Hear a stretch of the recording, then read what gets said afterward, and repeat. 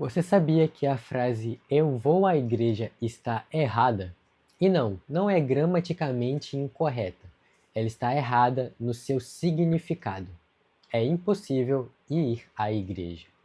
A verdade é que ocorre atualmente um equívoco no significado de igreja. Muitas pessoas falam que vão à igreja, que a igreja é aquele lugar em que Deus está presente, é a casa de Deus. Mas esse conceito está incorreto de acordo com as Escrituras. Meu nome é Igor, sou servo de Cristo, e no vídeo de hoje a gente vai ver o verdadeiro significado de igreja, vendo versículo por versículo até que a gente entenda verdadeiramente o que é que essa palavra tão importante quer dizer. E se você quer entender tudo isso, fica nesse vídeo até o final. A igreja é algo que vai ser citado no Novo Testamento, que foi escrito em grego. Então vamos começar com a parte da língua. Joga aí no Google o significado da palavra igreja de acordo com o grego. Você vai ver que igreja vem da palavra grega ekklesia, que significa assembleia, reunião ou até mesmo chamados para fora. Então a gente já desassocia aquela ideia de a igreja ser um lugar. É uma reunião, uma assembleia. Vamos começar com esse conceito e a gente vai lapidando de acordo com os versículos que a gente vai ver na Bíblia. Certo, agora entrando na escritura de verdade, vamos começar com Jesus, com o que ele disse quando iria fundar a igreja. Veja Mateus 16, versículo 18. E digo-te ainda que tu és Pedro, e sobre esta pedra edificarei a minha igreja, e as portas do inferno não prevalecerão contra ela. Aqui Jesus está falando com Pedro, dizendo ali que edificará a igreja dele. E veja que interessante, Jesus fala, eu edificarei a minha igreja. Então foi o próprio Jesus que trouxe a igreja à sua existência. Foi ele mesmo que criou, fundou e edificou. E a partir daqui a gente tira um ponto muito importante. A igreja é fundada por Cristo e não por homens. Então toda vez que você vê alguém falar, olha, essa igreja aqui foi fundada pelo seu Genival, toma muito cuidado, porque a igreja verdadeira foi fundada por Cristo e não por homens. E ele mesmo disse que as portas do inferno não prevalecerão contra a igreja. Certo, ok. Então Jesus disse que vai fundar a igreja e que as portas do inferno não prevalecerão contra ela. Isso é informação que a gente tem, mas ainda não dá para saber exatamente o que é essa igreja, certo? Então vamos continuar lendo. Veja Efésios capítulo 1, versículos 22 e 23. Também sujeitou todas as coisas debaixo dos seus pés, para que seja cabeça sobre todas as coisas, e o deu à igreja, que é o seu corpo, a plenitude daquele que preenche tudo em todas as coisas. Aqui é Jesus falando que ele é a cabeça e que a igreja é o seu corpo. Então a gente já começa a juntar aqui mais alguns pontos. Então Jesus ele criou a igreja, portanto ele é o cabeça, e ali o resto da igreja, né, o seu corpo, os membros. Falando em membro, onde a gente vai ver isso com a maior clareza é em 1 Coríntios, capítulo 12, versículos 12 e 13. Porque assim como o corpo é uma só unidade e tem muitos membros, e todos os membros do corpo, ainda que muitos, formam um só corpo, assim também acontece com relação a Cristo. Pois todos fomos batizados por um só Espírito para ser um só corpo, quer judeus, quer gregos, quer escravos, quer livres. E a todos nós foi dado de beber de um só Espírito. Porque também o corpo não é constituído de um só membro, mas de muitos. Então olha só, ele traz mais uma vez essa relação, né? Cristo sendo cabeça, e ali aqueles que foram batizados, aqueles que foram acrescentados à igreja, sendo cada um membro do corpo de Cristo, onde Cristo é a cabeça e todo o resto do corpo somos nós, diferentes membros com diferentes funções. Então até aqui a gente está tendo uma ideia de um grupo, né, onde Cristo é o líder e nós somos os outros membros desse grupo. Até esses versículos que nós lemos é o que está dando a entender. Então até aqui a gente já se separa daquele conceito de que igreja é um lugar. A igreja não é um lugar, não é um prédio. A igreja são as pessoas. são esse grupo, né, esse povo de Deus que foi ali batizado e acrescentado a este grupo de pessoas salvas, a esse grupo chamado igreja. Outro equívoco que as pessoas cometem é dizer que aquele prédio que eles se reúnem é a casa de Deus. Isso também está errado. Vejamos 1 Coríntios, capítulo 3, versículo 16, onde ele vai dizer: Não sabeis que sois santuário de Deus e que o seu Espírito habita em vós? Então olha só, ele já traz aqui outro conceito completamente diferente. Não é aquele lugar que é a casa de Deus e que Deus está habitando ali dentro, mas somos nós. Nós somos o santuário de Deus e o Espírito de Deus está habitando dentro de nós. Mas veja, esse nós não inclui toda a humanidade, mas somente aqueles que decidiram seguir a Cristo, que já o aceitaram, se batizaram e fazem parte desse grupo chamado igreja. E veja, é um conceito bem lógico. Se você viu o nosso último vídeo sobre as alianças, você vai lembrar que a aliança feita por Moisés é inferior à feita por Cristo. Essa aqui é muito mais superior, então tudo que há na aliança de Cristo é muito melhor. Na aliança de Moisés, era comum que fossem construídos, sim, templos, né, lugares físicos onde a presença de Deus habitaria. Então ali sim, naquele momento, no Antigo Testamento, na Velha Aliança, ali sim eram construídos templos físicos, templos em que Deus habitaria ali dentro. Porém, concorda que na Nova Aliança tem que ser algo muito superior? Então ainda há um templo, porém não é um templo construído por mãos humanas, e sim construído pelo próprio Deus.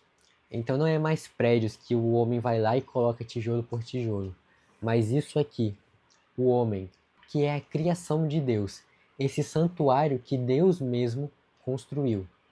Então este sim agora é o novo santuário, é o santuário de Deus, onde o Espírito de Deus vai habitar. Então veja como é superior. Antes era um templo construído pelos homens, agora é um templo construído por Deus. Vamos ver outro ponto. Veja Efésios, capítulo 2, versículo 19. Assim não sois mais estrangeiros nem imigrantes.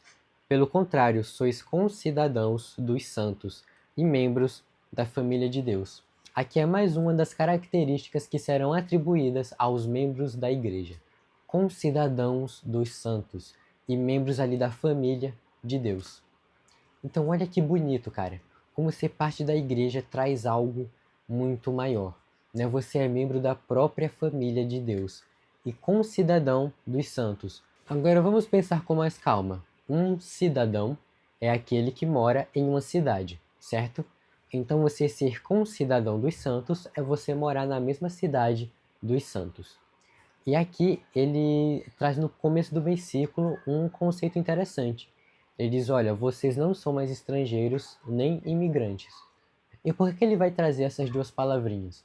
É simples, porque estando aqui na terra, o povo de Deus estará sob a condição de estrangeiro, de imigrante. Eles estão em um lugar onde eles não pertencem. Então o povo de Deus não pertence a esta terra, mas pertence ao reino de Deus. Então no céu é a verdadeira casa, o verdadeiro reino do povo de Deus. Quer provas? Vamos ver João 14, versículo 12. Na casa de meu pai há muitas moradas.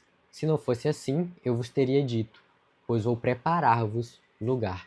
Então olha só, Jesus ele está falando, na casa de meu pai há muitas moradas.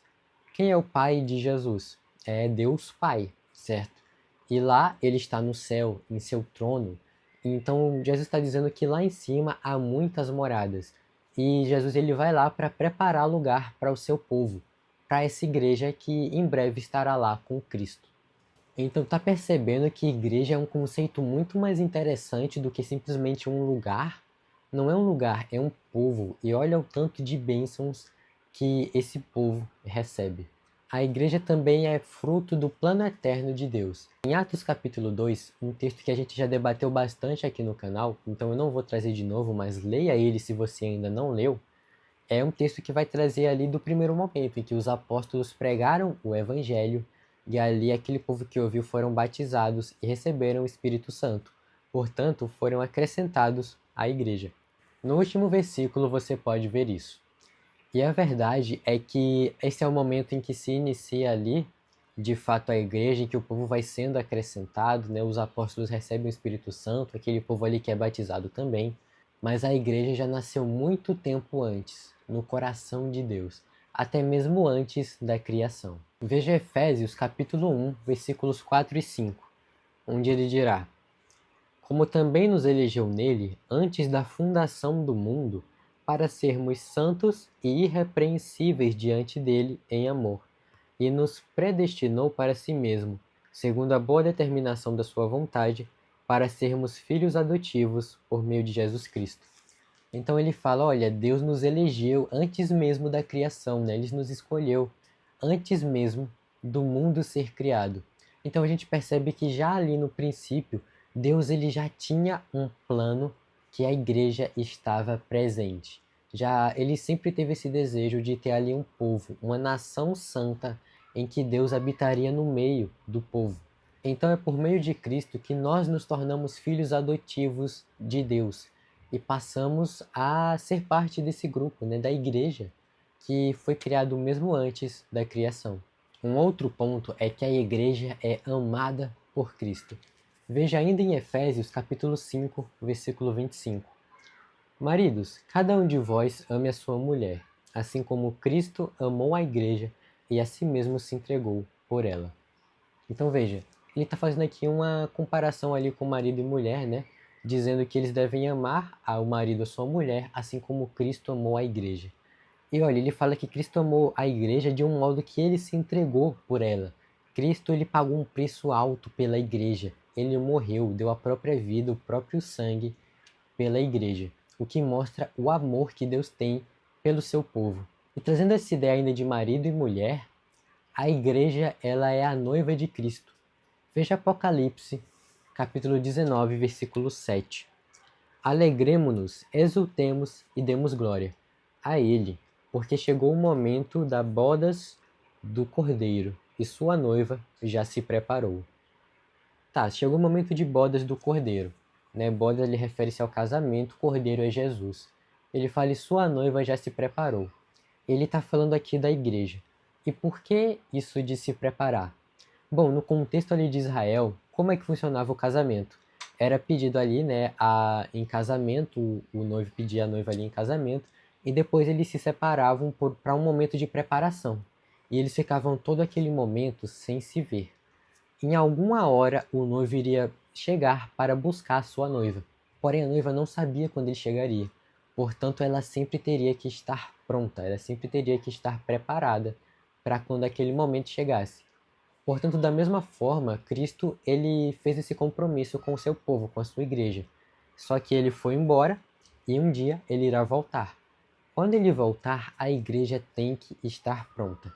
Então essa é a ideia que vai dizer aqui em Apocalipse, né? A igreja já se preparou, Cristo voltou, então é essa ideia que traz, né? A igreja é a noiva de Cristo, então Cristo voltará para buscar a sua igreja. Portanto, a igreja tem que estar pronta no momento que Cristo for voltar. Que também traz uma ideia de santidade, né? A noiva é aquela que está ali naquele momento de preparação para estar ali sempre santa, pura e estar se preparando e manter exclusividade para o seu noivo. Então ela não iria ficar de gracinha com nenhum outro. Não, ela iria simplesmente estar pensando exclusivamente no seu noivo. Da mesma forma, a igreja deverá manter essa exclusividade e essa santidade, essa fidelidade somente a Jesus e a Deus, né? Então tem essa correlação da mesma forma. Ou seja, a gente passou por vários versículos e nenhum deles a igreja é tratada como se fosse um lugar, né? Então a gente percebe que a igreja, ela não é um lugar, não é um prédio. A igreja é o corpo, é o templo de Deus, é a família, é o povo, é a noiva de Cristo. A igreja é tudo isso, não é um prédio, não é um lugar. A igreja é o povo de Deus, é o templo, é tudo isso que a gente viu. E se você crê em Jesus, se você foi lavado pelo sangue dele, se você segue a sua palavra, então você faz parte dessa igreja. Não é o prédio, é você. Você é a igreja. Você que já aceitou a Cristo, já se batizou e faz parte da verdadeira igreja. Não a igreja criada por homens, a igreja fundada por Cristo. Essa igreja que é a noiva e está esperando até que Cristo volte para buscá-la. E se você ainda não aceitou Cristo em sua vida, o convite ainda está de pé. Então aceite, se batize, faça parte da igreja, dessa nação santa de Deus, do povo que escolheu seguir a Cristo.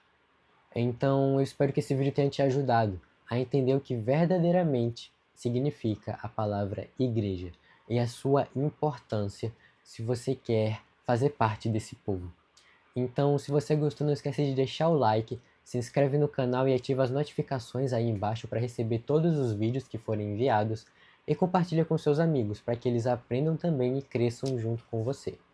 Foi um prazer ter esse momento com você e a gente se vê no próximo vídeo. Tchau, tchau.